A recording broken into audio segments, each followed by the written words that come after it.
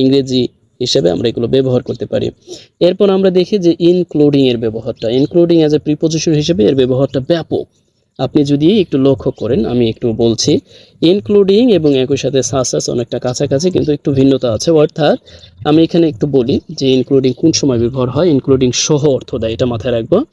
অর্থাৎ more than 35,000 people, অর্থাৎ এই কি 35,000-এরও বেশি মানুষ, ইনক্লুডিং, অর্থাৎ ইনক্লুডিং 8,000 চিলড্রেন।